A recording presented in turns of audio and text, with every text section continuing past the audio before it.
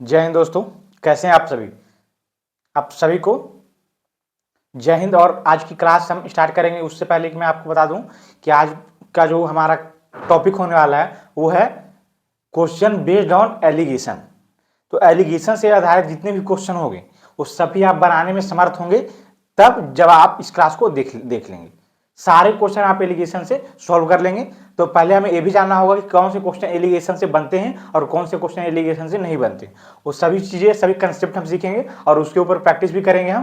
तो इसलिए वीडियो को अंत तक देखते रहिएगा, जिससे कि आपका पूरी तरीके से कंसेप्ट क्लियर हो जाएगा और आपको प्रैक्टिस भी कराई जाएगी। तो साथ में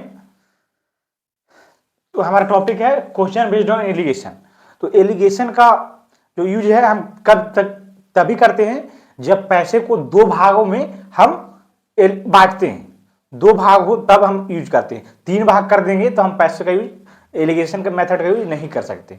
जैसे कि इस क्वेश्चन में देखिए कि 3500 रुपए की राशि को साधारण ब्याज पर दो भागों में आधार दिया जाता है।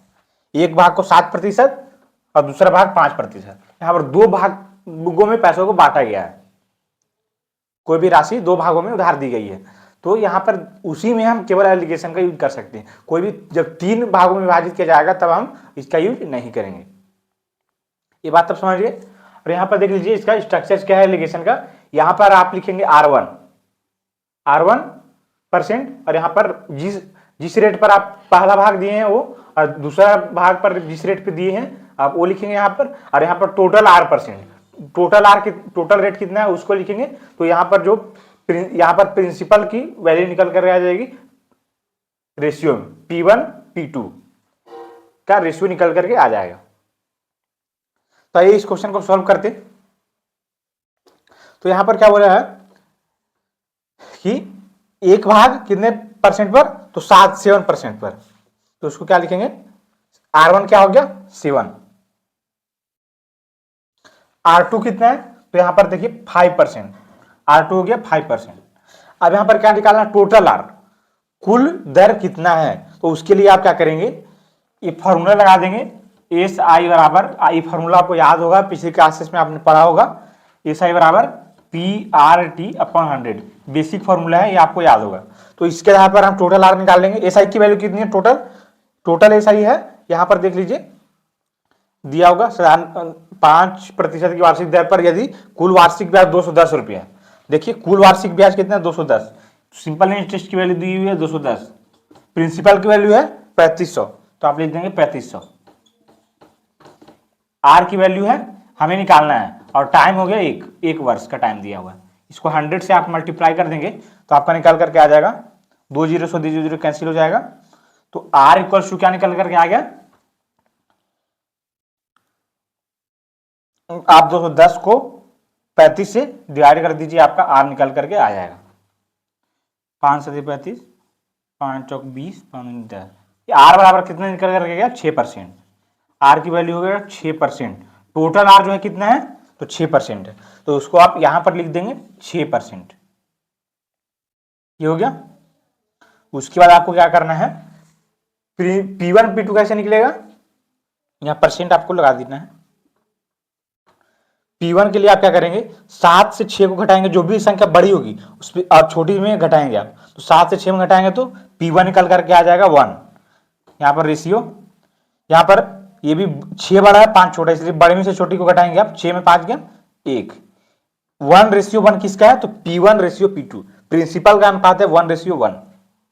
यहां तक आप समझ गए। तो आप देखिए आपको क्वेश्चन में क्या निकालना है और आप उसको कैसे निकाल सकते हैं। बोला कि 7% की दर पर उधार दी गई राशि क्या है, 7% की दर पर उधार दी गई राशि क्या है। मतलब हमें P1 की वैल्यू निकालना है। P1 की वैल्यू कितना है तो P1 की वैल्यू है 1, तो 1 की वैल्यू हमें निकालना है। तो उसके लिए हम क्या करेंगे, उसके लिए आपको पहले 2 यूनिट का मान कितना है वो देखिए, 1 + 1 कितना, 2 यूनिट की वैल्यू कितना है तो 3500। फिर P1 है P2 है, P1 P2 को जोड़ देंगे कितना हो जाएगा 2 यूनिट। अगर 2 यूनिट की वैल्यू है कितना है हमारा प्रिंसिपल 3500, 3500। तो एक यहाँ पर इसका 1 यूनिट का वैल्यू निकालना है, तो 1 यूनिट का वैल्यू हो जाएगा 3500 बाई 2 हो जाएगा 1750। तो 1750 हमारा आंसर हो जाएगा। Option number A is the correct answer. यहां पर हमें 1 की वैल्यू निकालनी थी। 1 क्या है, P1, तो P1 हो गया, तो 1 यूनिट बराबर 1750। यहां पर 2 यूनिट की वैल्यू कितना थी, 3500, तो 1 यूनिट की वैल्यू हो जाएगी 1750, जो कि हमारा आंसर हो जाएगा।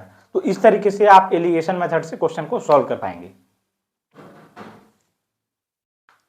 अगर आप एक और मेथड सीखना चाहते हैं, अगर आपको एक टफ लग रहा है, एक और मेथड है मेरे पास, कॉमन मेथड। कॉमन मेथड से भी आप इस प्रकार के क्वेश्चन को सॉल्व कर पाएंगे। तो कॉमन मेथड क्या है, उसके लिए आपको एक और क्वेश्चन प्रैक्टिस करा दिया जाता है, जिससे कि आपको कॉमन मेथड भी समझ में आ जाए।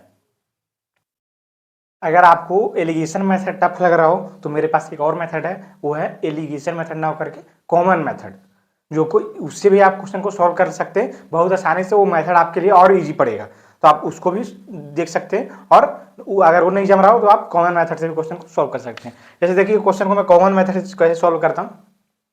इसमें क्या बोला गया है, क्वेश्चन है Rajesh invested 10,000 I divided it into two different investment scheme A and B at simple interest rates of 8% and 10%। Rate कितना, 8% एंड 10%, और 1680 दिया हुआ है इसका क्या जी, तो principal. The amount invested in scheme A is, sorry 1680 है वो ब्याज दिया हुआ है, टोटल ब्याज है 1680 2 वर्षों का। यहाँ पर कितना है, 2 वर्षों का ब्याज है, फिर 2 वर्षों में 1680 रुपये ब्याज कमा रहा है। तो एक वर्ष में कितना कमाएगा, 840। तो 840 एक वर्ष में कमा रहा है ब्याज कितना का, तो 8% ए का और 10% बी का, और 10% ऑफ स्कीम बी। अब क्या कीजिएगा कि जो 10,000 जो है आपका इन्वेस्ट किए गए राशि है प्रिंसिपल, उसका 10% निकाल दीजिए। आपको क्या करना है, 10% को काटना है, तो बी का टोटल का 10% निकालेंगे, 10 से 10 कैंसिल हो जाएगा, और 10 से 8 ए बचेगा। मतलब कि योजना में ए निवेश की गई राशि पूछा, तो हमें ए को बचा के रखना है और बी को खत्म करना है। तो उसके लिए हम क्या करेंगे, 10,000 का 10% निकालेंगे। 10,000 क्या है, प्रिंसिपल है। 10,000 का 10% कितना हो जाएगा, 2 0 से 2 0 कैंसिल, 1,000 रुपये।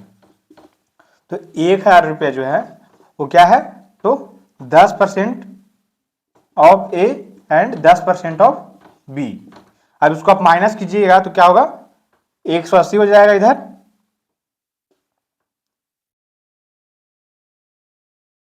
180 हो जाएगा, और देखिए 2% ए बचेगा, 2% ए, और ये हो जाएगा कैंसिल। यदि 2% ऑफ स्कीम ए की वैल्यू कितनी है, 180, तो 1% की कितनी हो जाएगी, 180/2 इंटू 100 कर दीजिए आप, तो आपका आंसर निकल करके आ जाएगा।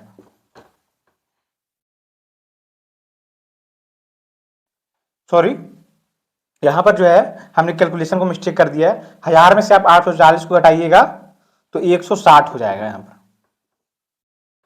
160 में से यहां पर क्या कीजिए, 160 को 200 घटाइएगा तो कितना आ जाएगा, 80/20, 8,000 आपका आंसर निकल करके आ जाएगा।